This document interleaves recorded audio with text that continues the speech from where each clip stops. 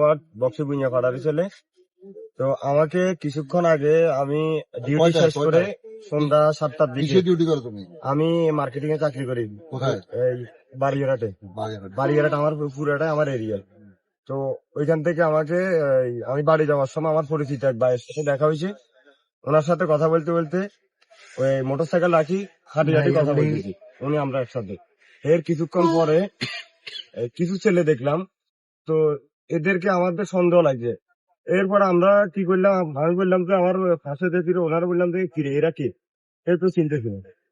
আমরা রাস্তা একটু এক পাশ হই, এমনি করে দেখলাম যে আসলে কি এরা, এখন তো ইয়ার সময়, নির্বাচনের সময়, যে কোনো অঘটন করতে পারে।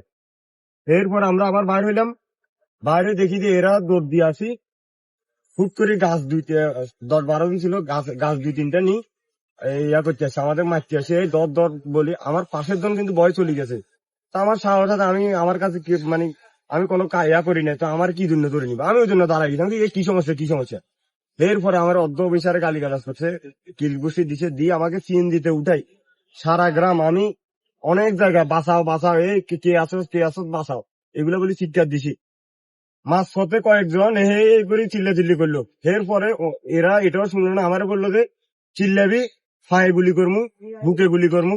এই এরা যখন আমার মুখ সাবি ধরছে, আমি যখন চিল্লি করতেছি, মুখ সাবি ধরার পরে যখন আমি নিঃশ্বাস নিতে পারতেছি না, তখন আমি ফা দুইটা নাড়াচাড়া করতেছি।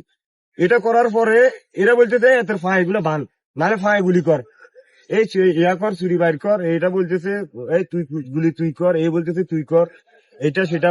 আবার বলে যে চিল্লাবি, তোর অবস্থা খারাপ হইব, ওরে আমরা আমাদের জায়গা মতো নিয়ে যাবো, এরপরে যা হওয়ার হবে।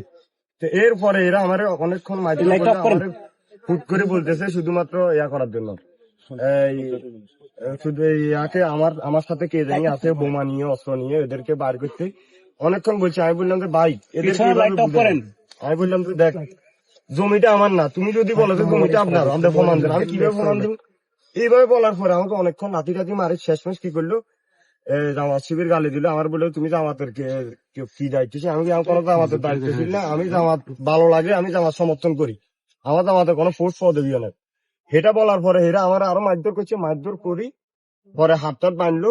বাঁধার পরে আপনার এই হাতে একটা দিছে কি জানি লেঞ্জার না কি একটা দিল, এটা বললেন এটার নাম লেঞ্জার। এটা আমি প্রথম দেখলাম, আমি আমি এটা আর জীবনে কোনোদিন এর আগে দেখি না, আমি আজকে প্রথম এরা আমার হাতে দিল। এটা আমি হাত থেকে ফালাইছি, আমি বলছি আমার মৃত্যু হলে মৃত্যু হবে, আমি এটা নিতে পারবো না। তো তাদেরকে একটা রিকোয়েস্ট করলাম, আমি বলি দেখ আমার ফাঁসাইতে সব ঠিক আছে, আল্লাহর ওয়াস্তে তোরা কোনো মাদক দ্রব্য আমার হাতে দিবি না। এটা কিন্তু এরা করে নাই, অন্তত এরা ন্যূনতম এই শুধু আমার উপর যদি ইয়া করে থাকে, সদন ফিতি করে থাকে, এই জিনিসটা করে না। আর নাইলে আমি আমার হাত বাঁধার পর আমি অনেকক্ষণ এদের পানি চাইছি, এরা আমার পানিও দেয় নাই। ঠিক আছে, আমি যখন আরেকটা জিনিস আমি না বললে নাই, আমি যখন বলছি এরা তখন মারবে বলছি, আমি তো মৃত্যু একদিন আসবে ভাই, তোরা মারলে মার, আমার কাছে যেটা নাই তোরা এটা আমার স্বীকার করতে পারবি না। এর ফার্স্ট থেকে আপনার প্রশাসনেরও কি একজন আছে, উনি বলতেছে যে এই তো কি জঙ্গিবাদী কথাবার্তা দেখছেন। এটা বলার পরে আমি বুঝলাম যে না, এখানে তো পরিস্থিতি খারাপ। আমি নিশ্চুপে এদের মার খাইছি, মার খাওয়ার পরে এরা আমার হাতে ওই যে জিনিসটা দিই, বলতেছে জামাত শিবির সন্ত্রাসী, এই সে এগুলা বলি, জামাত শিবিরকে কলঙ্কিত করার জন্য এরা এই অপকর্মটা করছে।